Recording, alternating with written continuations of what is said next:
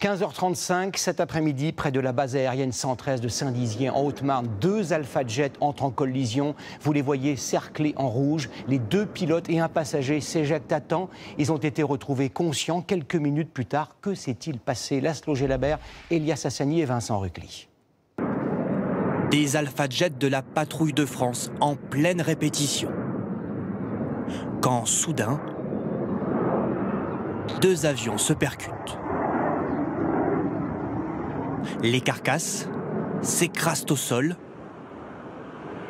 devant des témoins stupéfaits.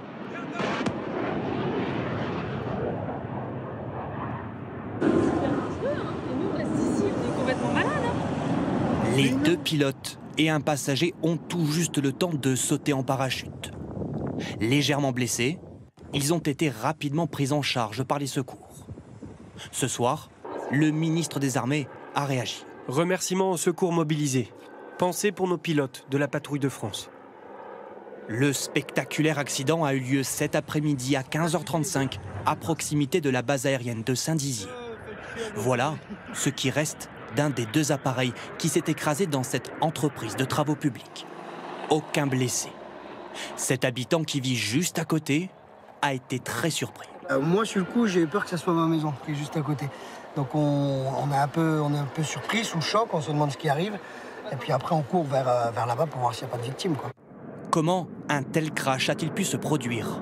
Une enquête est ouverte pour en déterminer les causes exactes. Cette collision, filmée ici par un de nos téléspectateurs, est extrêmement rare. La raison pour laquelle les 2 appareils, l'intérieur droit et l'extérieur droit, se sont accrochés dans une formation dans une figure qui s'apprend en fait, qui demande un peu d'apprentissage. Donc là, c'est l'enquête vraiment qui va le dire en détail. Les pilotes de la patrouille de France sont réputés pour être les meilleurs au monde. Dans le ciel jusqu'à 700 km/h, leurs figures acrobatiques sont aussi impressionnantes que risquées. Ce soir, les autorités sont toujours sur place. Le secteur a été entièrement bouclé.